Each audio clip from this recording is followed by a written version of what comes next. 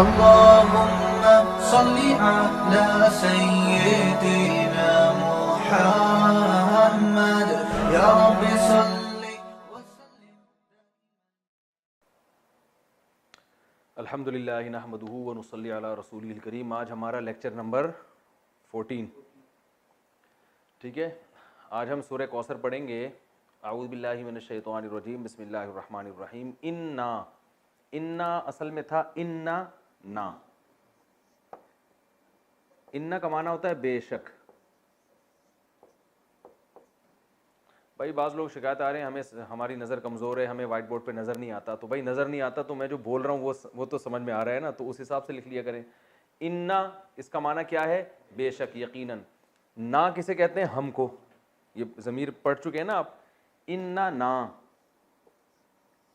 اصل میں تھا انا نا, بے شک ہم.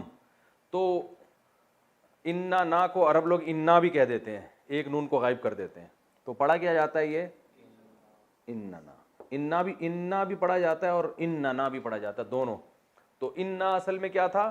انا نا. اعطینا اکرمنا. باب اکرام پڑھا نا آپ نے. اکرام کا معنی اکرام کرنا.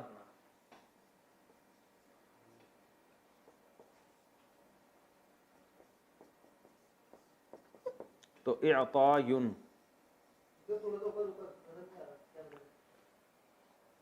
یہ اکرام کا معنی کیا ہے؟ اکرام کرنا. اعطاین اصل میں اعطاون تھا, چھوڑیں آپ اتنی بحث میں نہ جائیں. اعطاین عطا کرنا. تو اکرام کا ماضی آتا ہے اکرما. اکرام کیا اس ایک شخص نے گزرے ہوئے زمانے میں. تو اعطاین کا ماضی کیا آئے گا؟ اعطایا. اعطایا عطا کیا اس نے. عطا سے نکلا ہے نا, اردو میں استعمال ہوتا ہے. اللہ کی عطا ہے بھائی, کہتے ہیں نا اللہ کی کیا ہے؟ عطا ہے. تو اعطایا عطا کیا اس نے. اب آپ گردان پڑھیں. ضرب ضربا ضربو, ضربت ضربتا ضربنا, ضربتا ضربتما ضربتم, ضربتی ضربتما ضربتن, ضربتو ضربنا. تو اعطی اکرمنا اعطینا. ٹھیک ہے نا. اکرما اکرما اکرمو اکرمت اکرمتا اکرمنا اکرمتا اکرمتما اکرمتم اکرمتی اکرمتما اکرمتمنا اکرمتو اکرمنا. اکرمنا اعطینا, عطا کیا ہم نے. بہت آسان ہے اگر دماغ استعمال کیا جائے. اعطینا جیسے اکرمنا. ٹھیک ہے. عطا کیا ہم نے. کا وہی ضمیر ہے, ہوا ہما ہم یا ہما, کا کما کم کی کما کننا. تو یہ بتا چکا ہوں میں کا معنی آپ کو. تو خطاب رسول اللہ صلی اللہ علیہ وسلم کو ہے. انا اعطیناک الکوثر.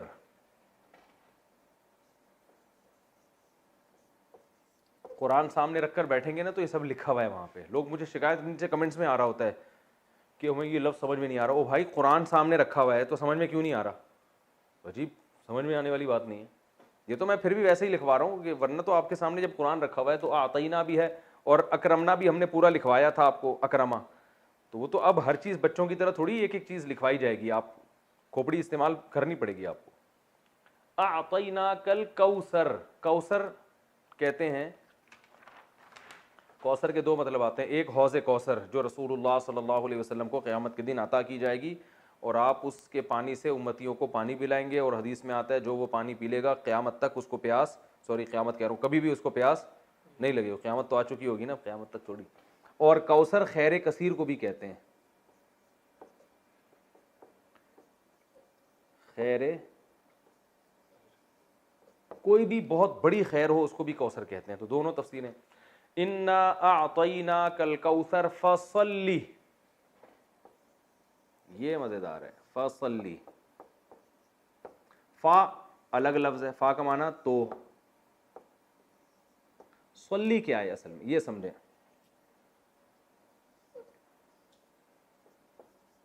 صلی یہ کیا ہے؟ باب تفعیل آپ نے پڑھا تھا نا, تسبیح.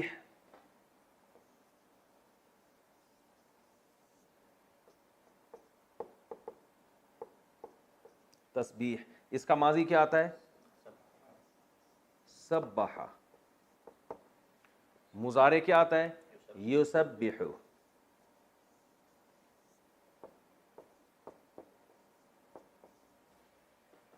امر کیا آئے گا؟ امر بنانے کا طریقہ کیا تھا؟ یہاں سے یا کو گڑچ کیا اور آخر حرف کو کیا کر دیا؟ بولو بھائی. ساکن. تو کیا بن گیا؟ سبح. یا کو حذف کیا. پہلا حرف چونکہ زبر ہے پہلے پہ جزم نہیں ہے اس لیے شروع میں الف لانے کی ضرورت نہیں ہے تو یہ بنتا ہے سبح. یہ آرڈر کا صیغہ. اس کا مطلب کیا ہے؟ تسبیح بیان کریں. قرآن میں تھا نا فسبح بحمد ربک. تو صلی بھی ایسے ہی تھا, اصل میں تھا صلیا.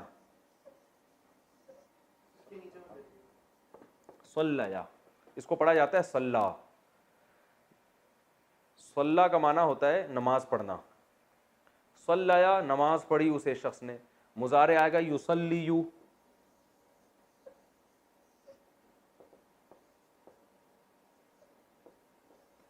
یصلیو جس کو پڑھا جاتا ہے یصلی. یہ یا آ رہا ہے نا, واو الف اور یا حروف گڑبڑیاں ہیں نا تو یہ چینج ہو جاتے ہیں. تو یہ پڑھا جاتا ہے یصلی. کیا پڑھا جاتا ہے؟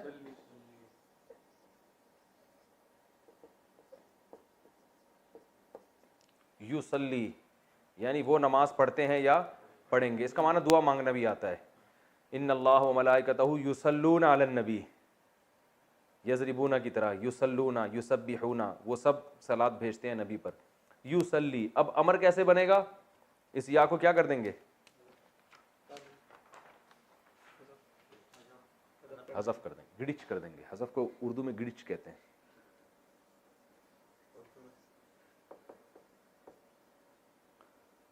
یصلی ٹھیک ہے نا.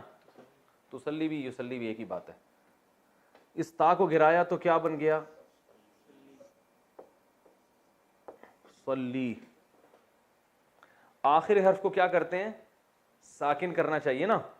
جیسے یسبح میں سبح, تو صلی میں آخری حرف کو دیکھا یہ پہلے سے ہی ساکن ہے تو اب ہمیں تو کرنا ہے کچھ نہ کچھ. بس ہم نے ساکن کرنا ہے. امر بنا رہے ہیں ہم تو ہم نے کیا یار جو ساکن ہے نا اب اس کو مزید ساکن کرنے تو کر نہیں سکتے, اس کو اڑا ہی دو. اور ویسے بھی حروف گڑبڑی ہے نا, واو الف یا واول حروف ہیں تو یہ آگے پیچھے ہوتے رہتے ہیں. تو کیا کر دیا؟ صلی. تو یہ امر میں یہ آخری حرف میں اگر یہ یا رہا ہوتا ہے نا تو اس کو غائب ہی کر دیتے ہیں. سمجھ میں آ گیا؟ ٹھیک ہے. نہیں آیا تو صلی امر کا صیغہ ہے, بس یہ ذہن میں رکھیں. باب تفعیل ہے تسبیح کی طرح. صلی. صلی کا معنی نماز پڑھو. تو بھی کہتے ہیں نا صلو علی الحبیب. یہ صلو علی الحبیب کیا ہے؟ یہ آپ کو گرین چینل میں ملے گا. صلو علی الحبیب اصل میں تھا صلیو. اب یہ گرین چینل والوں کو یہ بات کا پتہ نہیں ہے کہ نہیں ہے کہ یہ اصل میں کیا تھا. صلیو علی الحبیب تھا اصل میں. سبحو کی طرح. جیسے سبح ابھی میں نے آپ کو بتایا اس کا معنی ہے تسبیح بیان کر تو ایک آدمی. سبحا تم دونوں. سبحو تم سب تسبیح بیان کرو. تو اصل میں تھا صلیو علی الحبیب. لیکن یا آ رہا ہے حروف گڑبڑی ہے تو صلیو میں گھمانا تھا تو انہوں نے سلو ہو گیا. کیا بنا دیا اس کو؟ سلو.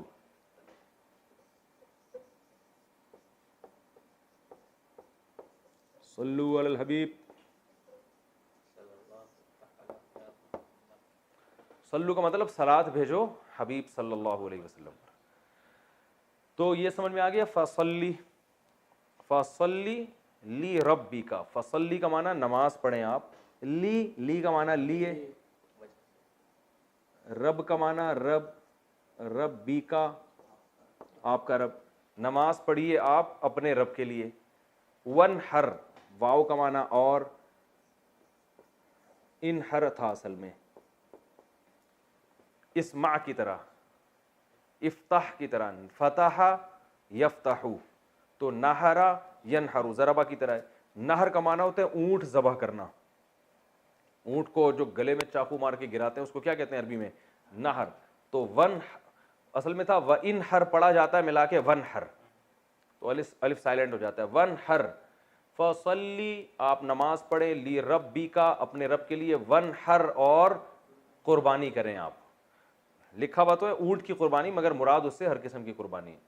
فصلی لربک وانحر. یہ کلیئر ہو گیا؟ اچھا بھائی اب اس کی ہم تفسیر بیان کر دیتے ہیں.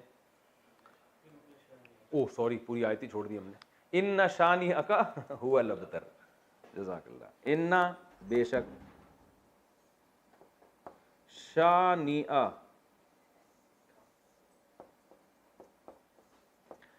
یہ جو شانئ ہے یہ لفظ اردو میں استعمال ہوتا ہے، اس کا معنی ہے دشمن. شانئ کسے کہتے ہیں؟ دشمن کو. کا معنی آپ کا. ان شانئ کا، بے شک آپ کا دشمن، هو الابتر، وہ دشمن کیا ہے؟ ہوا کا معنی وہ، الابتر. ابتر اصل میں دم کٹے کو بھی کہتے ہیں، جس کی دم کٹ گئی ہو. اس کو بھی کہتے ہیں جس کا نام و نشان ختم ہو جائے. ابتر کا معنی کیا ہے؟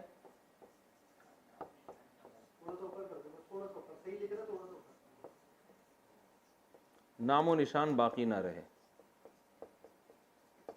لکھا ہوا سمجھ میں نہیں آ رہا تو پڑھا ہوا تو سمجھ میں آ رہا ہے نا.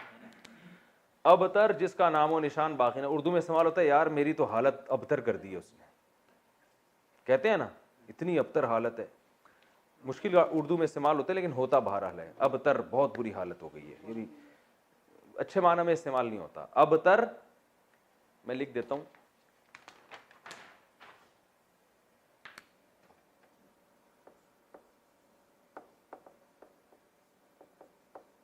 دم کٹے کو بھی کہتے ہیں وہ جس کا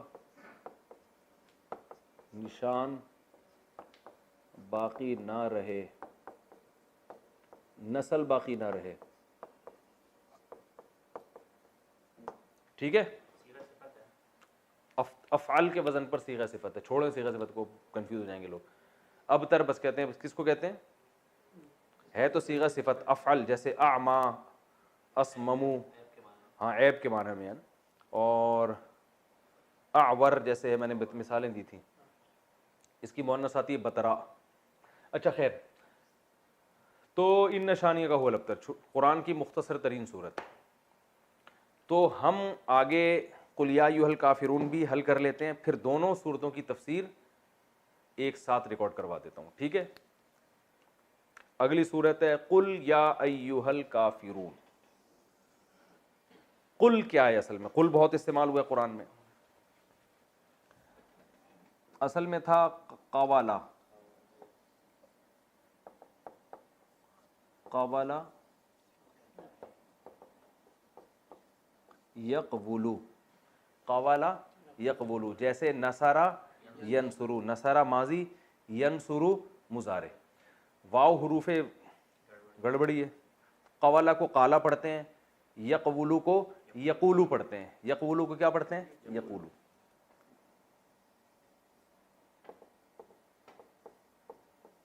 وہ کہتا ہے یا کہے گا. جب امر بناتے ہیں تو سب سے پہلا کام ہمارا کیا ہوتا ہے؟ اس یا کو گرا دیتے ہیں، مارکیٹ سے کیا کر دیتے ہیں؟ شارٹ. یہ بن گیا قولو. کیا بن گیا؟ قولو. صاف کر کے لکھ دیتا ہوں یہاں پہ موٹا موٹا.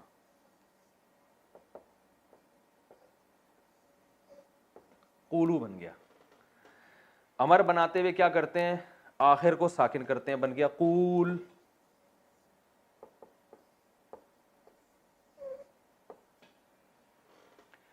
شروع میں الف لے کر آتے ہیں اگر پہلا حرف ساکن ہو، نہیں ہو تو کچھ لانے کی ضرورت نہیں ہے. تو یہ کیا بن گیا؟ قول. اس کا معنی ہے کہو. ایک آدمی سے خطاب ہو رہا ہے، کہہ.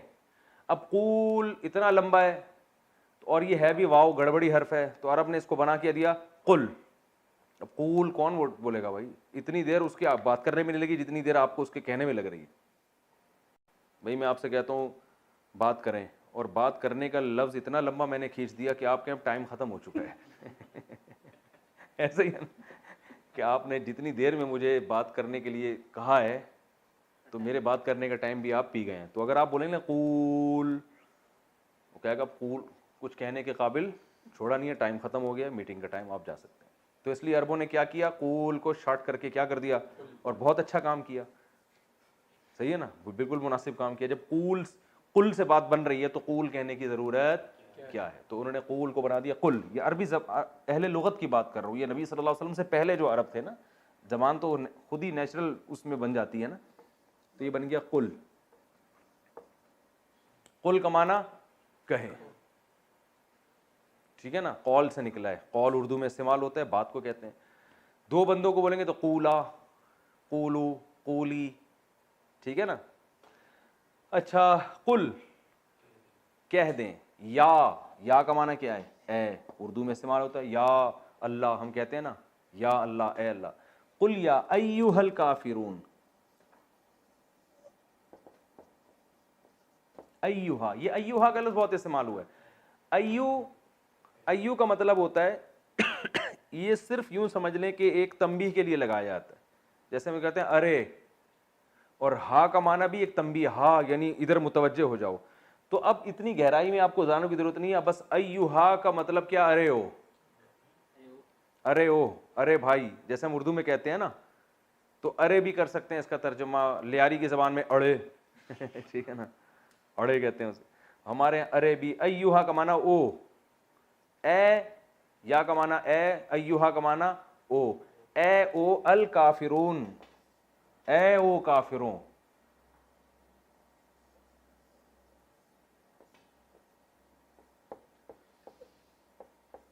کافرون کون سا صیغہ ہے, کافر کی جمع ہے.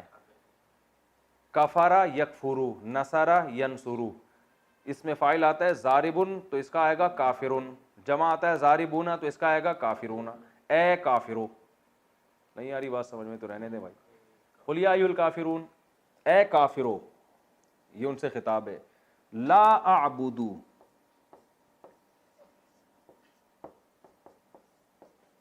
اعبدو انصرو کی طرح. انصرو میں مدد کرتا ہوں, اعبدو میں عبادت کرتا ہوں, لا اعبدو میں عبادت نہیں کرتا. لا اعبدو ما, یہ جو ما ہے نا, اس کے بہت سارے معنی آتے ہیں. ایک معنی اس کا الذی والا بھی آتا ہے. الذی کا معنی وہ جو کہ, تو ماں کا معنی بھی وہ جو کہ, ٹھیک ہے. یہ نوٹ کر لیں, ماں کا معنی بہت دفعہ کیا آتا ہے, الذی. جو الذی کا معنی ہے وہی ماں کا معنی. لا اعبد ما, میں نہیں عبادت کرتا اس کی جو کہ, میں عبادت نہیں کرتا ماں اس کی جو کہ, یعنی اس کی جو کہ, یا ہو انگلش میں نا, ہو یا ہوم, یہ بالکل وہی معنی ادا کر رہا ہے, ٹھیک ہے نا. میں عبادت نہیں کرتا ماں اس کی. تعبدون,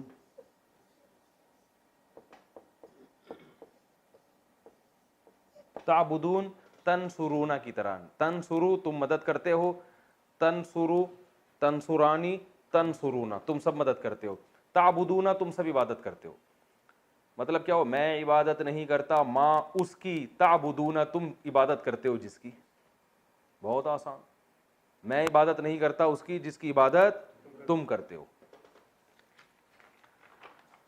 ولا, واو کا معنی اور, لا کا معنی نہیں, انتم کا معنی انتم.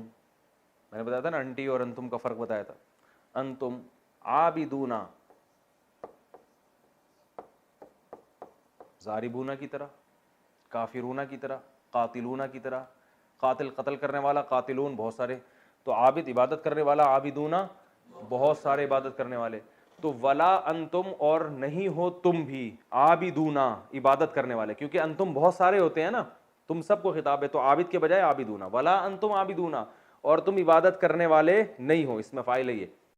ولا انتم عابدون ما اس کی, ولا انتم عابدون ما اعبد,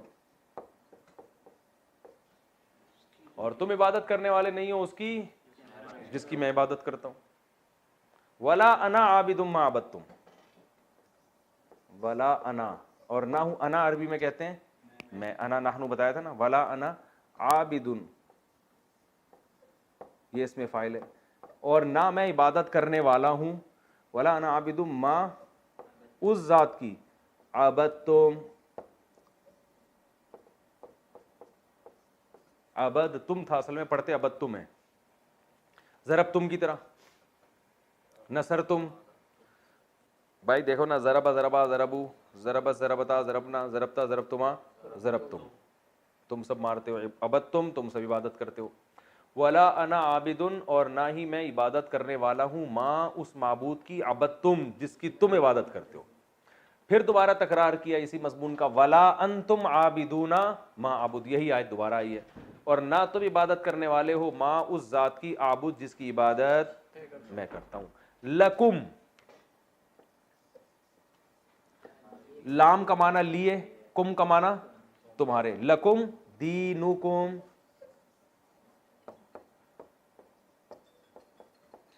تمہارے لیے، دینکم تمہارا دین، ولیا، واو کا معنی اور، ولیا یا کا معنی میں، ذرا بنی تھا نا، یا آ رہا تھا، ولیا اور میرے لیے، لکم دینکم ولیا دین، اور میرے لیے ایک دین ہے. یہ تو ترجمہ بتا رہا ہوں نا، لکم دینکم تمہارے، تمہارا دین، ولی دین اور میرے لیے بھی ایک دین ہے. ایک کا ترجمہ تنوین سے کر رہا ہوں. جب بھی دو زبر دو سے دو پیش آتا ہے نا تو اس کا معنی کوئی یا ایک لگتا ہے. سمجھ میں آ گیا؟ ٹھیک ہے، نہیں ہے تو زیادہ پیچیدگیوں میں جانے کی ضرورت بالکل بھی نہیں ہے. تو بس لکم دینکم ولی دین، تمہارے لیے تمہارا دین اور میرے لیے دین، ایک الگ دین ہے میرے لیے. تو یہ سورہ کوثر اور سورہ کافرون. کتنا ٹائم باقی ہے بھائی؟ 19 منٹ باقی ہیں ابھی. تو سورہ کوثر اور سورہ کافرون کا میں نے آپ کو جو گرامر کے لحاظ سے حل کر دیا. اب ہم آگے اس کی تفسیر پڑھتے ہیں.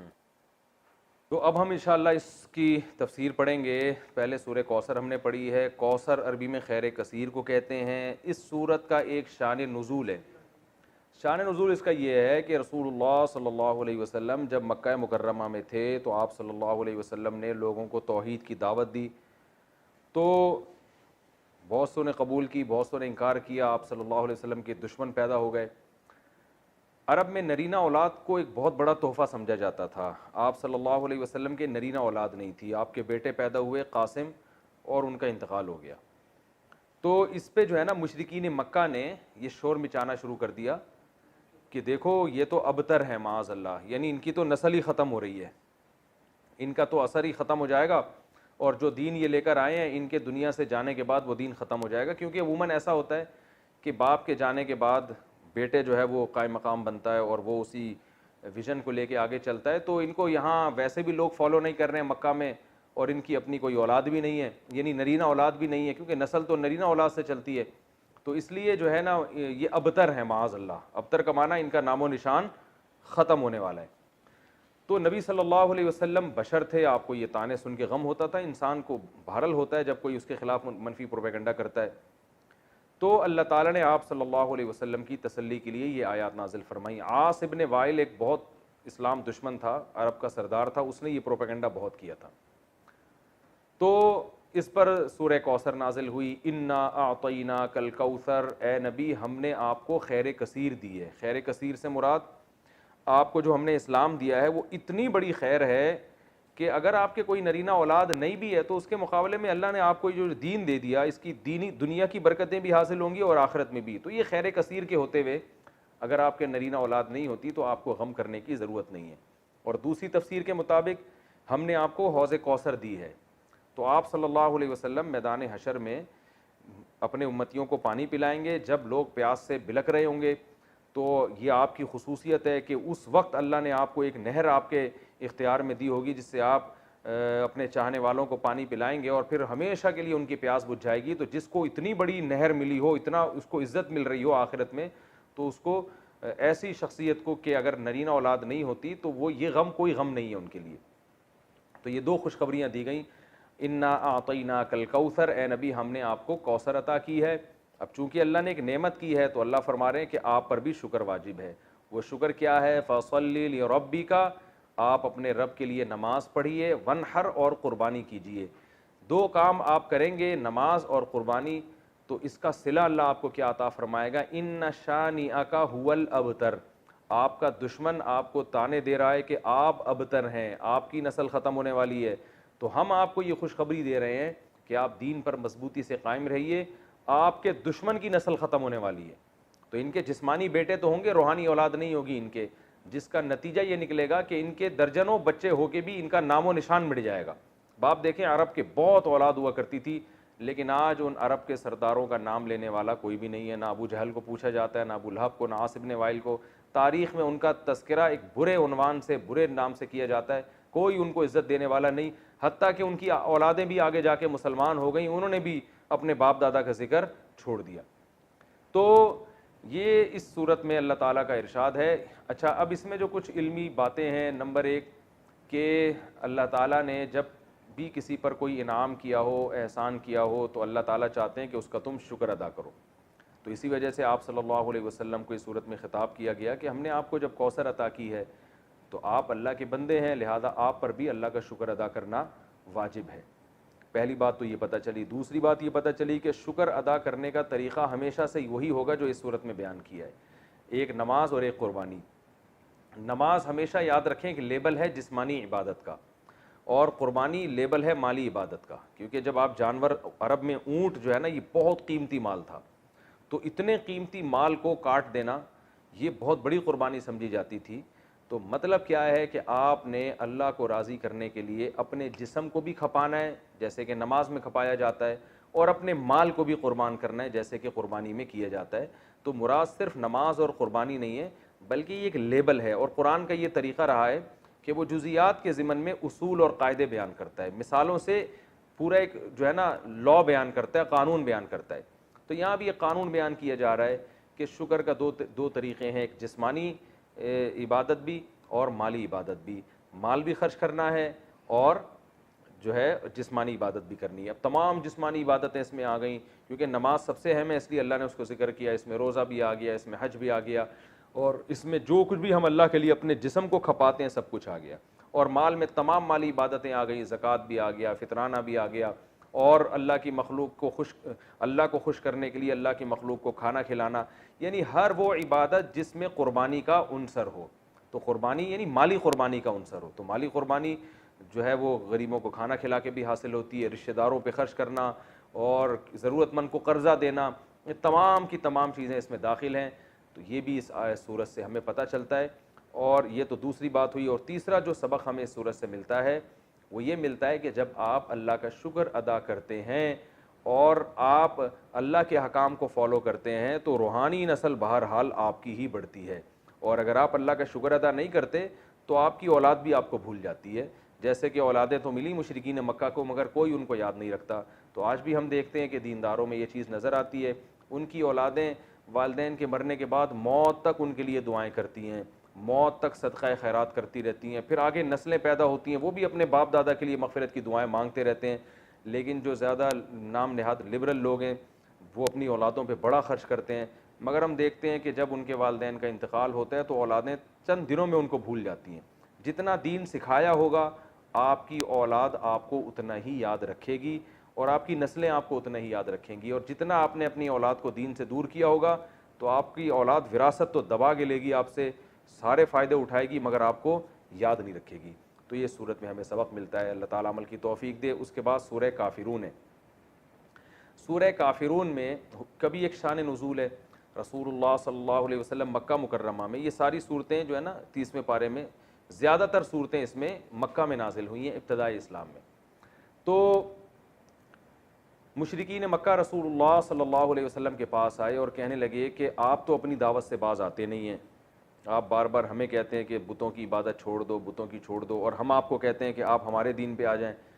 تو ایسا کرتے ہیں کوئی کمپرومائز کا راستہ اختیار کر لیتے ہیں، تو آپ ہمارے بتوں کی عبادت کر لیا کریں کبھی کبھار، اور ہم کبھی کبھار آپ کے اللہ کی عبادت کر لیا کریں گے، تو اس طرح جوڑ کے چلیں گے، ہمارے والے معبود بھی خوش ہو جائیں گے اور آپ کا اللہ بھی خوش ہو جائے گا۔ تو اس پہ یہ صورت نازل ہوئی اور ان کو یہ بتایا گیا کہ تم ابھی تک اسلام کو سمجھے ہی نہیں ہو۔ اسلام کا جو کچھ دعوت ہے وہ یہ ہے کہ یہ بت اللہ کے ساتھ عبادت میں شرکت کے لائق، اسلام تو شرکت کی نفی کر رہا ہے۔ شرکت کا مطلب اللہ کے ساتھ غیر اللہ کی عبادت، یعنی اللہ کی بھی اور غیر اللہ کی بھی یہ نہیں ہوگا۔ اسلام کا دعویٰ ہے کہ عبادت صرف اللہ ہی کی ہوگی، تو میں اگر اللہ کے ساتھ ان کی عبادت کر لوں تو میرا تو پھر میں تو اپنے دعوے میں ہی جھوٹا ہو گیا، تو اسلام کی دعوت تو پھر ختم ہو گئی۔ تو اللہ کے ساتھ ان معبودوں کی عبادت کر لی تو یہ کون سا کمال کر دیا۔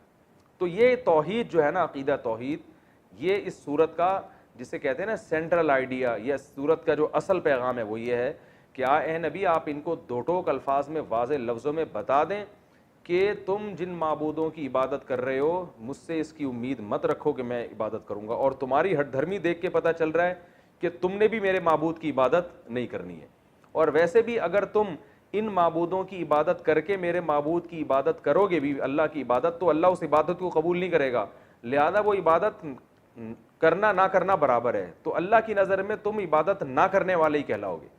تو یہ سورت کا مضمون ہے. قل یا ایھا الکافرون, اے نبی آپ کافروں سے کہہ دیجئے, لا اعبد ما تعبدون, میں ان معبودوں کی عبادت نہیں کرتا جن کی عبادت تم کرتے ہو, ولا انتم, اور نہ ہی تم, عابدون عبادت کرنے والے ہو, ماں اس معبود کی, اعبد جس کی میں عبادت کرتا ہوں. اب سوال پیدا ہوتا ہے وہ تو تیار تھے عبادت کرنے کے لیے, تو نبی ان سے یہ کیوں کہہ رہے ہیں کہ تم بھی اس کی عبادت کرنے والے نہیں ہو جس کی میں عبادت کر رہا ہوں. وہ نبی اس لیے کہہ رہے تھے کہ تم اپنے نظریے کے مطابق اگر میرے معبود کی عبادت کر بھی لو تو اللہ کی نظر میں تم اللہ کی عبادت کرنے والے کہلاؤ گے ہی نہیں, کیونکہ اللہ اس عبادت کو مانتا ہی نہیں ہے جس میں اللہ کے ساتھ کسی کو شریک کیا جائے. اس لیے بتا دیا کہ تم بھی میرے معبود کی عبادت کرنے والے نہیں ہو. تم اس خوش فہمی میں نہ رہو کہ تم ادھر بتوں کی بھی عبادت کرو گے اور اللہ کی بھی عبادت کرو گے تو کچھ دین حق کا حصہ تمہیں بھی مل جائے گا اور کچھ اللہ تمہیں کچھ نواز دے گا اس پہ, تو اس خوش فہمی میں مبتلا مت رہو. ولا انتم عابدون ما اعبد, تم کون سا عبادت کرنے والے ہو اس معبود کی جس کی میں عبادت کرتا ہوں, تو وہ عبادت تمہاری ہونا نہ ہونا برابر ہے.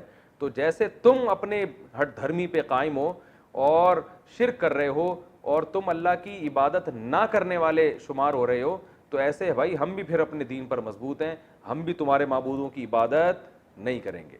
تو اسی آیت کو پھر دوبارہ دہرایا گیا تاکید کے لیے کہ ولا انا عابد ما عبدتم, نہ میں اس کی عبادت کرنے والا ہوں جس کی عبادت تم کرتے ہو, ولا انتم عابدون ما اعبد, یعنی اسی مضمون کو تکرار کیا گیا. قرآن میں ایسا ہے کہ ایک آیت کو بار بار تکرار کیا گیا ہو تاکید کے لیے. جیسے ہم کسی کو بات سمجھاتے ہیں نا تو ایک دفعہ کہتے ہیں, پھر دو دفعہ کہتے ہیں, پھر تین دفعہ کہتے ہیں, تو یہ عرب کا ایک دستور تھا, اس طرح سے بات کو سمجھایا کرتے تھے. قرآن میں اس کی بہت مثالیں ملتی ہیں. تو اللہ نے فرمایا کہ آپ ان سے کہہ دیجئے کہ تم بھی اس کی عبادت نہیں کرتے جس کی میں عبادت کرتا ہوں, اور ولا انا عابد ما عبدتم, اور نہ میں اس کی عبادت کروں گا جس کی تم عبادت کرتے ہو. تو نہ فی الحال ایسا ممکن ہے نہ مستقبل میں ایسا ممکن ہے. لکم دینکم ولی دین, تمہارے لیے تمہارا دین اور میرے لیے میرا دین. اس آیت کا یہ مطلب نہیں ہے کہ ان کو اجازت دی جا رہی ہے کہ تم اپنے دین پر عمل کرو میں اپنے دین پر. اس کو کہتے ہیں متارکت, کہ جب کوئی ہٹ دھرم ہو اور بات نہ مان رہا ہو تو جان چھڑانے کے لیے اس کو یہ کہا جا سکتا ہے کہ بھائی تم اپنے دین کو فالو کرو, ہم اپنے دین کو فالو کرتے ہیں. مطلب یہ کہ تم اپنا دین نہیں چھوڑ سکتے تو کم از کم ہمیں تنگ مت کرو, ہم سے امید مت رکھو کہ ہم اپنا دین چھوڑ دیں گے. تو یہ تو اس صورت کی جو بیسک تفسیر تھی وہ میں نے بیان کی ہے. اس صورت میں جو علمی نکات ہیں, سب سے پہلا نقطہ یہ ہے کہ بعض لوگ آج کہتے ہیں کافر کو بھی کافر کہنے کی اسلام میں اجازت نہیں ہے. تو اگر اجازت نہ ہوتی تو اللہ یوں کہتے قل یا ایھا الکافرون, اے نبی اے کافرو. جناب پروفیسر غامدی صاحب آج کل یہ نعرہ لگا رہے ہیں کہ ہم کون ہوتے ہیں ٹھیکیدار کسی کو ہم کافر کہیں, لہذا قادیانی کو آپ کافر نہیں کہہ سکتے. یعنی وہ کافر ہیں تو صحیح لیکن آپ ان کو کہہ نہیں سکتے کیونکہ ہم کوئی ٹھیکیدار نہیں ہیں. تو بے شک ہم ٹھیکیدار نہیں ہیں لیکن اللہ تو کہہ سکتا ہے نا. جب اللہ نے کسی کو کافر کہہ دیا تو اللہ نے تو جب کہہ دیا کافر تو پھر تو مہر لگ گئی نا کہ یہ کافر ہے. تو اللہ اس کے رسول صلی اللہ علیہ وسلم نے ہمیں بتایا ہے کہ کن چیزوں سے ایمان ختم ہو جاتا ہے, انسان اسلام سے خارج ہو جاتا ہے, اور کن چیزوں سے انسان اسلام میں باقی رہتا ہے. تو جب اللہ اس کے رسول نے بتا دیا تو معیار ہمارے پاس آ گیا. اس معیار میں ہم ڈھال کے لوگوں کو چیک کر سکتے ہیں. اگر کوئی اس معیار پہ پورا نہیں اترتا تو اللہ اس کے رسول کے کہنے ہی سے وہ کافر ہے. تو جب کافر ہے تو اس کو کافر کہنا بھی جائز ہے. یہ عجیب منطق ہے کہ جس کو اللہ اس کے رسول نے کافر قرار دیا ہو وہ کافر مانے تو ہم, لیکن پابندی ہے, کہہ نہیں سکتے ہم. یہ ایسے ہی ہے جیسے ایک آدمی کو کہہ دیا کہ یہ بیمار ہے, ڈاکٹروں نے آپ کو بتا بھی دیا کہ ثبوت بھی دے دیے کہ بھئی اس کا وائرس پازیٹیو آیا ہے اور سب کچھ بتا دیا. آپ نے کہا ڈاکٹر کہہ رہے ہیں کہ یہ بیمار ہے لیکن ہمیں گورنمنٹ نے ہمیں اس کو بیمار کہنے پر پابندی لگائی ہے. تو بھائی اور ہم ٹھیکیدار نہیں ہیں کہ ہم کسی کو بیمار کہیں, بھائی ہم نہیں ہیں لیکن ڈاکٹر کا تو یہ رائٹ ہے نا کہ وہ چیک کر کے بتائے. تو کافر قرار دینا یہ اللہ اس کے رسول کو اتھارٹی ہے. تو جس کو اللہ اس کے رسول نے کافر قرار دے دیا ہو اس کو کافر کہنے پر کوئی گناہ نہیں ہے. ہاں مصلحتاً کوئی کافر نہ کہے, اس لیے کہ دین کے جب آپ کسی کو قریب کرنا چاہتے ہیں تو آپ ایسے الفاظ استعمال کرتے ہیں جس سے وہ قریب ہو. جیسے قرآن نے اہل کتاب کو اہل کتاب کہا, کیونکہ اہل کتاب کے لفظ میں ایک قسم کی عزت ہے، تو جب آپ اس کو عزت دیں گے تو وہ دین کے قریب آئے گا. تو اس نیت سے اگر کوئی وقتی طور پر کسی کافر کو کافر نہیں کہتا تو اس میں کوئی حرج نہیں ہے دین کے قریب لانے کے لیے. لیکن علی الاطلاق پابندی لگا دینا کہ قادیانیوں کو کافر نہیں کہا جائے گا اور فلاں کو کافر نہیں کہا جائے گا، تو وہ جو کافر ہے وہ تو کافر ہی کہا جائے گا اس کو. تو یہ خامخواہ کی افلاطونی اور ایک عجیب سی منطق ہے. تو قرآن نے بھی کافر کہا اور نبی کو بھی کہا کہ اے نبی آپ یوں کہہ دیے اے کافر ہو. کافر کا معنی انکار کرنے والا، اے انکار کرنے والو، اے اللہ اس کے رسول کا انکار کرنے والو. تو لا اعبد ما تعبدون، جس کی تم عبادت کرتے ہو میں اس کی عبادت نہیں کر سکتا. تو پہلا علمی نقطہ کیا پتہ چلا کہ کسی کافر کو کافر کہہ سکتے ہیں بشرطے کہ مصلحت کے خلاف نہ ہو. دوسرا علمی نقطہ ہمیں یہ پتہ چلا کہ جب آپ کسی کو بھی دین کی دعوت کی طرف لے کر آئیں تو ایک حد تک محنت کریں، اور جب آپ نا امید ہو جائیں اسباب کی دنیا میں تو پھر آپ برات کا اعلان کر دیں. یعنی یہ ہر کافر کے بارے میں نہیں ہے، یہ صورت تو ان کافروں کے بارے میں نازل ہوئی نا جو ہر دھرم تھے، ضدی تھے، ایمان لانے کے لیے کسی قیمت پہ تیار ہی نہیں تھے. تو ایک اسٹیپ ایسا آتا ہے کہ اس میں آپ کو یہ کہنے کی اجازت ہے کہ بھائی ہم تم سے بری ہیں، لکم دینکم ولی دین، تمہارے لیے تمہارا دین اور ہمارے لیے ہمارا دین. کیونکہ اب ہمیں تمہارے انداز سے اور تمہارے عمل سے پتہ چل گیا، ایک اندازہ ہو گیا کہ تم ہمارے دین کو فالو کرنے والے نہیں ہو. تو اب ایسی صورت میں بجائے اس کے کہ آپ دوبارہ پھر ان سے چپکے رہیں، اس کا نقصان یہ ہوتا ہے کہ برے ماحول کا آپ پہ بھی اثر پڑتا ہے. تو ان سے کنارہ کشی اختیار کر لی جائے. بھائی اگر آپ کو اسلام سمجھ میں نہیں آ رہا تو جیسے آپ جو سمجھ میں آ رہا ہے پھر اس پر کرو، اللہ آخرت میں خود ہی فیصلہ کر دے گا.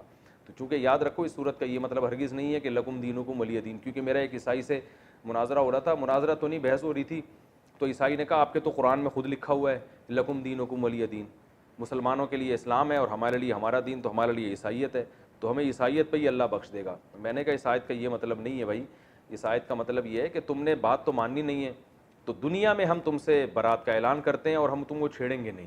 تم اگر اسی دین کو فالو کرتے ہو تو کرتے رہو، اللہ خود ہی قیامت میں حشر جو ہے نا وہ تمہارا کر دے گا اور اللہ خود ہی انتقام لے لے گا.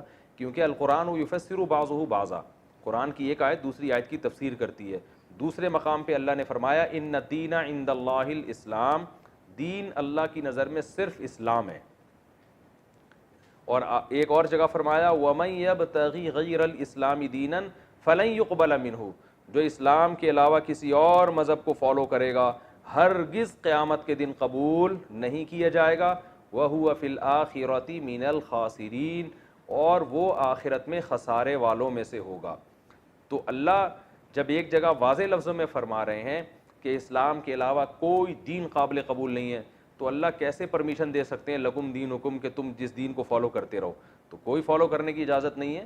صرف بتانا یہ مقصد ہے کہ تم اگر ہماری بات نہیں مانتے تو دنیا میں تم اسی دین کو فالو کرو، ہم زبردستی اپنا دین تم پر مسلط نہیں کریں گے، ہم زبردستی تم سے بحث مباحثہ کر کے تمہیں زبردستی لانے کی کوشش نہیں کریں گے. یہ مطلب ہے. اور اسی مفہوم کی آیت سورہ آل عمران میں لا اکراہ فی الدین، دین میں زبردستی نہیں ہے. قد تبین الرشد من الغی، زبردستی نہ ہونے کی اللہ نے وجہ بھی بیان کر دی کہ صحیح راستہ، رشد والا راستہ وہ غی یعنی گمراہی والے راستے سے بالکل واضح ہے. یعنی اللہ نے صحیح جو راستہ ہے نا وہ دودھ کا دودھ پانی کا پانی، اس طرح سے اللہ نے سب کے سامنے واضح کر دیا ہے. تو جب اللہ نے اسلام کو اتنا واضح کر دیا، ہدایت کے راستے کو اتنا واضح کر دیا، تو زبردستی لانے کی اب ضرورت نہیں ہے. کیونکہ جو زبردستی آئے گا وہ چلے گا تھوڑی زبردستی، وہ حجت تمام ہو چکی ہے، سب کو پتہ چل گیا ہے کہ صحیح کیا ہے اور غلط کیا ہے. تو یہ تمام آیتوں کو آپ ملاتے ہیں تو صاف پتہ چلتا ہے کہ لکم دینکم ولی دین کا یہ مطلب ہرگز نہیں ہے کہ تم اپنے دین کو فالو کرو، تمہیں اجازت ہے. نہ نہ نہ نہ، دنیا میں اجازت ہے، آخرت میں سزا ملے گی. اور تیسرا نقطہ اس آیت سے ہمیں یہ بھی پتہ چلتا ہے کہ کسی کو زبردستی مسلمان نہیں بنایا جا سکتا. دو میں نے علمی نقطے بیان کر دیے نا، پہلا کہ کافر کو کافر کہنا جائز ہے، دوسرا کیا ہے کہ جب آپ کو نا امید ہو جائیں کسی کی دعوت پہ تو اس پہ ٹائم ضائع کرنے کے بجائے کسی اور کام میں انسان کو کسی اور کو دعوت دینی چاہیے. بعض لوگ ایک ہی آدمی کے پیچھے پڑے رہتے ہیں، ایک ہی فرقے کے پیچھے پڑے رہتے ہیں ساری زندگی. بھائی نہیں صحیح آ رہا تو اپنی صلاحیتوں کو کسی اور جگہ خرچ کرو.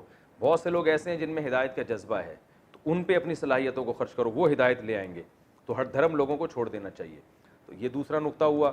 تیسرا علمی نقطہ کیا ہوا کہ ایک انتہا کے بعد تیسرا علمی نقطہ یہ ہوا کہ لکم دینکم ولی دین میں اللہ تعالیٰ نے یہ ہمیں بتا دیا کہ آپ اپنا دین زبردستی کسی پہ مسلط نہیں کر سکتے. تو اسلام میں ایسا ہی ہے کہ کوئی اگر اسلام میں داخل نہ ہونا چاہے تو کہیں تلوار کا استعمال کی اجازت نہیں دی گئی ہے کہ لازمی اس کو واپس دین کی جو ہے نا اسلام میں داخل کیا جائے. البتہ کوئی مسلمان ہو پہلے سے اور وہ اسلام کو چھوڑ دے تو پھر حکومت کے لیے جائز نہیں ہے کہ اس کو اس غیر اسلام پہ باقی رہنے دے, کیونکہ اس کو پھر محاربہ سمجھا گیا ہے, اعلان جنگ سمجھا گیا ہے, کیونکہ اس نے اسلام کے محاسن اپنی آنکھوں سے دیکھے ہیں, اس کا عذر پھر چھوٹا نہیں ہے.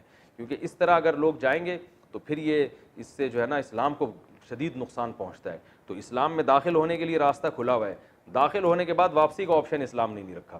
تو آپ سوچ سمجھ کے آئیں, نہ آئیں کوئی مسئلہ نہیں, آخرت میں اللہ آپ سے خود ہی انتقام لے گا, لیکن آ گئے ریورس نہیں ہو سکتے, اس کی اسلام نے آپ کو اجازت نہیں دی ہے.